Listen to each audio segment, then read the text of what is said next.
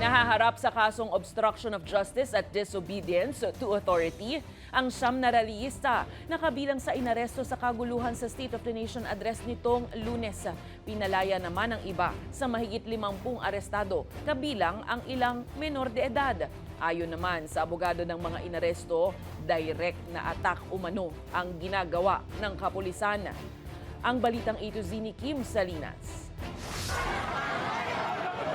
Ininquest na ang siyam sa 51 na individual na inaresto kaugnay ng mga protesta sa SONA matapos makitaan ng probable cause sa mga paglabag.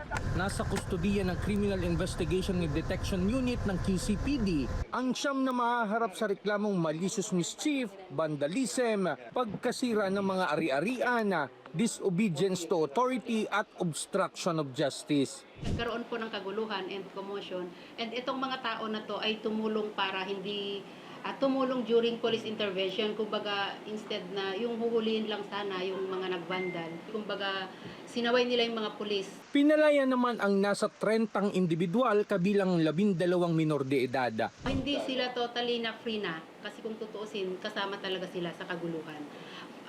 To be fair with them lang, kaya po pinakawalan muna, and once ma-establish natin yung evidence, pag nakita na sila talaga yung nandun, pwede po nating i-file yung case nila for direct filing na lang.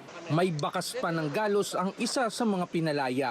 Pahayag naman ang isa sa siyam na kinasuhan na ng QCPD CIDU. Wala namang basis na nangyari nun, hinuli lang kami dahil nakitim kami. Ayun po yung nangyari talaga nun. Yung mga aligasyon po, marami lang pong mga nadamay lang po. 2 sa siyam nakakulong ay babae na may kakaharaping asuntong obstruction of justice na parehong paralegal ng National Union of People's Lawyer o NUPL. Giit ng kanilang tumatayong abogado. Kanina tinanong ko sila kung anong oras sila nag-start yung detention, and they said around 12 noon yesterday. So it's almost 24 hours since, no? So kami kasi as lawyers and with NUPL also, we do not see this as a mere procedural lapse, no? This is a direct attack to their constitutional freedoms. Lumagpas aniya sa 12 hanggang 18 oras na reglamentary period para ma-inquest ang mga hinuli. Eksaktong 1:30 ng hapon ay dinala ang mga ito sa Quezon City Prosecutor's Office, bit-bit ang mga spray paint, plug at ibang paraphernalia ng grupo para magsilbing ebidensya.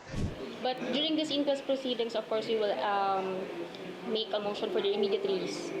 Sa kabila ng mga naitalang insidente at pagkaaresto sa mga nagkilos protesta, iginiit ng pamunuan ng Philippine National Police na naging mapayapa sa pangkalahatan ang pagpapatupad ng seguridad sa ika-5 SONA ng Pangulo. Para sa Balitang A to Z, Team Salinas.